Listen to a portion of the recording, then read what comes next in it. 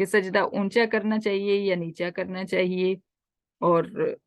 مسا کتنا کرنا چاہیے، سر کا مسا کتنا جائز ہے، ناک میں پانی ڈالنا جو سنت ہے یا نفل ہے یا فرض ہے،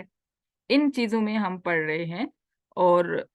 نماز کے اندر ہمارے پاس بہت سارے مسائل ہیں کہ نماز میں ہمیں کیا کیا، ہاتھ کہاں باندھنے چاہیے، رفع یدین کرنا ہے کہ نہیں کرنا،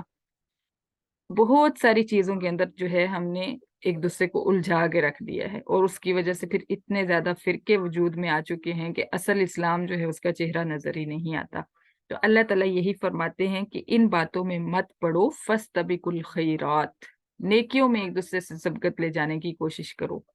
نیکیوں میں آگے بڑھو، کیونکہ مقصد یہ نہیں ہے کہ چھوٹی چھوٹی پوائنٹس کو لے کے اتنا ہائی لائٹ کرو کہ کوئی مسلمان جو ہے وہ دین سے تھک جائے، یا کوئی غیر مسلم دین کی طرف آنا پسند نہ کرے، نعوذ باللہ، صرف اس وجہ سے کہ اسلام میں اسے سمجھ ہی نہ آئے کہ کون سے فرقے میں داخل ہونا ہے اور کون سے میں نہیں ہونا۔ تو ان باتوں میں اپنا ٹائم مت ضائع کرو۔ ہمارا آج یہی سب سے بڑا جو مسئلہ ہے اور نقصان ہے وہ یہی ہے کہ ہم نے چھوٹی چھوٹی باتوں کو، جن کے اونچ نیچ ہونے سے کوئی فرق نہیں پڑتا، ان کو ہم نے پہاڑ بنا لیا اور ان کی الجھن میں ہم پڑ گئے۔ تو اللہ تعالیٰ فرماتے ہیں کہ جہاں بھی ہو، جس حالت میں بھی ہو، آخر کار تمہیں لوٹ کر تو اللہ کی طرف ہی آنا ہے۔ لہٰذا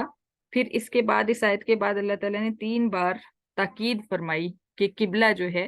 وہ بیت اللہ ہی ہے۔ مسلمانوں، تم اب مستقل امت ہو، اور تمہارا مستقل قبلہ جو ہے بیت اللہ ہے۔ مستقل امت کا مطلب ہے کہ اب کانٹینیو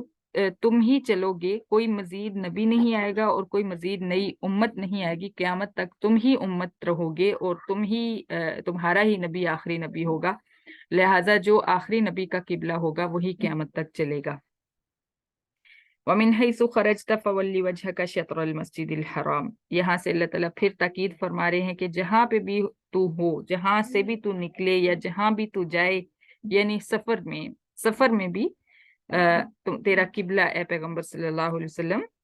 بیت اللہ ہی ہونا چاہیے۔ فَوَلِّ وَجْهَكَ شَطْرَ الْمَسْجِدِ الْحَرَامِ، ایسا نہیں ہے کہ مکہ کے اندر رہ کے تو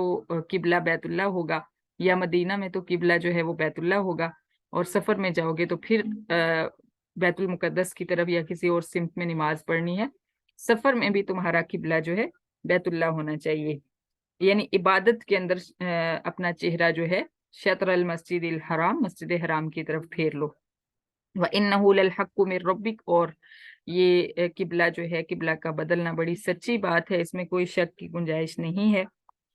تیرے رب کی طرف سے حکم ہے۔ وَمَا اللَّهُ بِغَافِلٍ عَمَّا تَعْمَلُونَ، اور اللہ تعالیٰ بے خبر نہیں ہے ان اعمال سے جو تم کر رہے ہو۔ وَمِنْ حَيْثُ خَرَجْتَ فَوَلِّ وَجْهَكَ شَطْرَ الْمَسْجِدِ الْحَرَامِ وَحَيْثُ مَا كُنْتُمْ فَوَلُّوا وُجُوهَكُمْ شَطْرَهُ۔ اب اللہ تعالیٰ نے پھر تاکید کے طور پہ نبی علیہ السلام کے ساتھ مسلمانوں کو بھی الگ سے خطاب فرمایا، یعنی ایسا نہ ہو کہ پھر کوئی شک پیدا ہو اور کوئی کہے کہ نہیں ہو سکتا ہے کہ نبی کے لیے حکم ہو، مسلمانوں کے لیے حکم نہ ہو۔ تو اللہ تعالیٰ نے فرمایا کہ جہاں بھی تو جائے اے پیغمبر صلی اللہ علیہ وسلم، فَوَلُّوا وُجُوهَكُمْ شَطْرَهُ، یعنی اس میں جمع کا صیغہ اللہ تعالیٰ نے استعمال فرمایا۔ پہلے فَوَلِّ وَجْهَكَ شَطْرَ الْمَسْجِدِ الْحَرَامِ، تو اپنا چہرہ مسجد حرام کی طرف پھیر لے۔ وَحَيْثُ مَا كُنْتُمْ فَوَلُّوا وُجُوهَكُمْ شَطْرَهُ، اور جہاں کہیں تم مسلمانوں تم ہو، تم بھی اپنا چہرہ مسجد حرام کی طرف پھیر لو۔ 3 بار اللہ تعالیٰ نے یہ تاکید فرمائی۔ لِأَلَّا يَكُونَ لِلنَّاسِ عَلَيْكُمْ حُجَّةٌ، اس لیے کہ یہودیوں کے پاس تمہارے ساتھ جھگڑنے کے لیے کوئی دلیل نہ رہے، إِلَّا الَّذِينَ ظَلَمُوا مِنْهُمْ، سوائے ان میں سے ظالموں کے، ظالم جو ہیں وہ پھر بھی جھگڑیں گے، بغیر دلیل کے بھی جھگڑیں گے۔ فَلَا تَخْشَوْهُمْ وَاخْشَوْنِي، لہٰذا مسلمانوں تمہیں ان سے نہیں ڈرنا چاہیے، مجھ سے ڈرنا چاہیے۔ آیت کا یہ پارٹ جو ہے یہ ہمیں ایک بار پھر اس چیز کا احساس دلاتا ہے کہ یہ کلام اللہ تعالیٰ ڈائریکٹ ہم سے فرما رہے ہیں اپنے نبی کے ذریعے، یعنی یہ اللہ کا کلام ہے۔ جیسے میں آپ سے بات کر رہی ہوں تو میں متکلم کا صیغہ استعمال کرتی ہوں، میں بولتی ہوں کہ میں یہ کہہ رہی ہوں، اسی طرح اللہ تعالیٰ فرما رہے ہیں کہ ان سے مت ڈرو، مجھ سے ڈرو۔ کتنا قریب لگتا ہے اگر ہم اس چیز کو محسوس کریں تو ایسے لگتا ہے کہ اللہ تعالیٰ کتنے قریب سے بات کر رہے ہیں، اور ایک عالم کوئی گزرے ہیں، ان کا فرمان یہی ہے کہ اگر آپ چاہتے ہو کہ اللہ تعالیٰ سے باتیں کرو تو آپ نماز پڑھو، اور اگر آپ چاہتے ہو کہ اللہ تعالیٰ آپ سے باتیں کرے تو آپ قرآن پڑھو۔ تو واقعی قرآن تو اللہ کا کلام ہے، اللہ کی باتیں ہیں۔ اگر ہم چاہیں کہ ہم سے اللہ تعالیٰ باتیں کریں تو پھر ہمیں قرآن پڑھنا چاہیے، اور یہ آیت کا یہ والا حصہ جو ہے یہ ہم اس چیز کا احساس دلاتا ہے۔ جہاں پہ بھی اللہ تعالیٰ مخاطب کا اپنے لیے متکلم کا صیغہ استعمال کرتے ہیں کہ میں یہ کہہ رہا ہوں، میں فرما رہا ہوں، میرا حکم ہے، تو اللہ تعالیٰ بہت قریب لگتے ہیں کہ ڈائریکٹ جیسے ہم آمنے سامنے بیٹھ کے بات کر رہے ہوں۔ وَلِيُتِمَّ نِعْمَتِهِ عَلَيْكُمْ وَلَعَلَّكُمْ تَهْتَدُونَ، اور یہ قبلہ ہم نے اس لیے بدلا تاکہ انعام نبوت جو ہے وہ مکمل ہو جائے، کیونکہ انعام نبوت اس طرح ہی تکمیل کو پہنچتا تھا کہ آخری نبی جس قبیلے جس خاندان کے اندر آیا اسی خاندان کا قبلہ جو ہے وہ بھی اس کے لیے مقرر کر دیا جائے۔ وَلَعَلَّكُمْ تَهْتَدُونَ، اور اس لیے بھی آیا تاکہ تم ہدایت پر قائم رہو۔ یہ بات جو ہے ایک اور جگہ پہ بھی قرآن پاک نے ذکر فرمائی ہے کہ قبلہ کو ہم نے ہدایت کا ذریعہ بنایا ہے، یعنی بیت اللہ جو ہے اس کے اندر ایسی ایسی نشانیاں رکھی ہیں جو انسان کو راہ راست پر رکھتی ہیں۔ یہاں پہ بھی اللہ تعالیٰ یہی فرما رہے ہیں کہ بیت اللہ کا قبلہ ہونا جو ہے وہ تمہارے لیے ہدایت پر جمے رہنے کا ذریعہ بھی ہے۔ کما ارسلنا فیکم رسولا منکم یتلو علیکم آیاتنا ویزکیکم ویعلمکم الکتاب والحکمہ، جیسا کہ ہم نے تمہارے اندر ایک رسول کو مبعوث فرمایا۔ یہاں پہ اب کیا تعلق ہے اس کا رسول کے تذکرے کا؟ اس کا تعلق وہی ہے حضرت ابراہیم علیہ السلام کی دعائیں۔ حضرت ابراہیم علیہ السلام نے دعائیں مانگی تھی نا، پیچھے ہم اگر تھوڑا سا پیچھے جائیں، پچھلے پارے کے لاسٹ والے رکوع میں تھا، سیکنڈ لاسٹ والے میں، ربنا وجعلنا مسلمین، سب سے پہلے دعا مانگی کہ ربنا تقبل منا انک انت السمیع العلیم، اے ہمارے رب تو ہم سے یہ تعمیر کعبہ جو ہے اس کو قبول فرما لے۔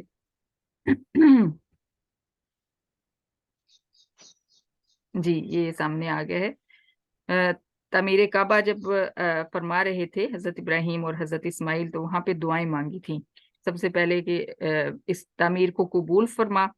اور اس کے بعد ربنا وجعلنا مسلمین لک ومن ذریتنا امۃ مسلمۃ لک، اپنے لیے اور ایک امت کے لیے، اپنی اولاد میں سے ایک امت کے لیے امت مسلمہ ہونے کی، فرما بردار امت بننے کی دعا مانگی حضرت ابراہیم نے۔ اور اس کے ساتھ ہی ربنا وبعث فیہم رسولا منہم یتلو علیہم آیاتک ویعلمہم الکتاب والحکمۃ ویزکیہم، یہ ساری باتیں جو حضرت ابراہیم علیہ السلام نے مانگی کہ اے ہمارے رب ان کے اندر ایک رسول بھیج جو ان کے سامنے تیری آیات تلاوت کرے اور ان کو کتاب کی تعلیم دے اور حکمت کی تعلیم دے، اور ان کے باطن کو ستھرا کرے، انک انت العزیز الحکیم، کیونکہ تو زبردست غلبے والا حکمت والا ہے۔ یہ دعا حضرت ابراہیم علیہ السلام نے مانگی جو 1000 سال کے بعد، ہزاروں سالوں کے بعد جو ہے نبی علیہ الصلوۃ والسلام کی صورت میں قبول ہوئی۔ اور یہاں پہ دوسرے پارے میں جہاں پہ آج ہم پڑھ رہے ہیں آیت نمبر 151 کے اندر یہ دعا جو ہے اس کی قبولیت کا اللہ تعالیٰ نے ہمیں بتایا کہ جب بیت اللہ کی تعمیر ہو رہی تھی اس وقت حضرت ابراہیم علیہ السلام نے ہم سے ایک نبی مانگا تھا کہ میری اس اولاد کے اندر، اس نسل کے اندر ایک نبی آئے جو ان کو اپنے ساتھیوں کو، اپنے بہن بھائیوں کو، اپنے بڑوں کو، چھوٹوں کو، سب کو تعلیم دے اور ان کو کفر و شرک سے پاکیزہ کرے، کتاب سکھائے اور حدیث مبارکہ سکھائے۔ احادیث جو ہیں، حکمت سے مراد احادیث ہیں۔ وَيُعَلِّمُهُمْ مَا لَمْ وَيُعَلِّمُكُمْ مَا لَمْ تَكُونُوا تَعْلَمُونَ، یہاں پہ یہ آ رہا ہے کہ تمہیں وہ چیزیں سکھاتا ہے نبی جو تم جانتے نہیں تھے۔ وہاں پہ بھی حضرت ابراہیم علیہ السلام نے یہ ساری چیزیں مانگی۔ تو ایک تو ہمیں دعا کی قبولیت کا اندازہ ہوتا ہے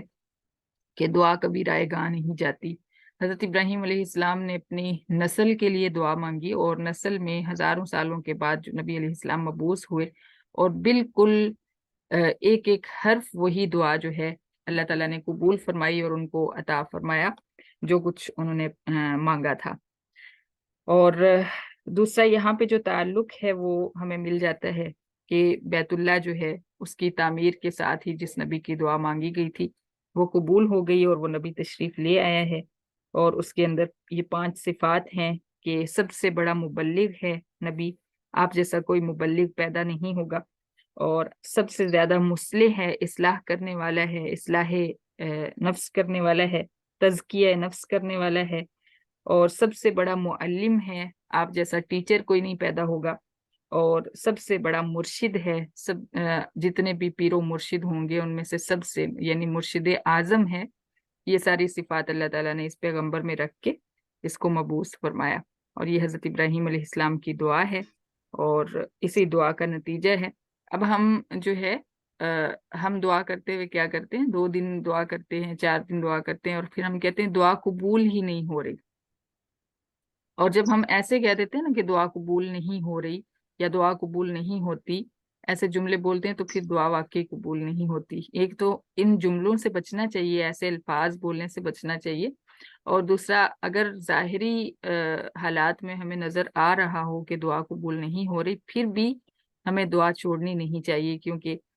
اس آیت سے ہمیں پتہ چلتا ہے کہ دعائیں ہزاروں سال بعد بھی قبول ہو جاتی ہیں۔ تو اس لیے اپنے لیے، اپنے آنے والی نسلوں کے لیے، قیامت تک جتنی نسلیں آنی ہیں ان سب کے لیے ہدایت کی دعا مانگا کریں۔ کوئی بھی اللہ کا باغی نہ ہماری نسلوں میں پیدا ہو، کوئی بھی سرکش نہ ہو،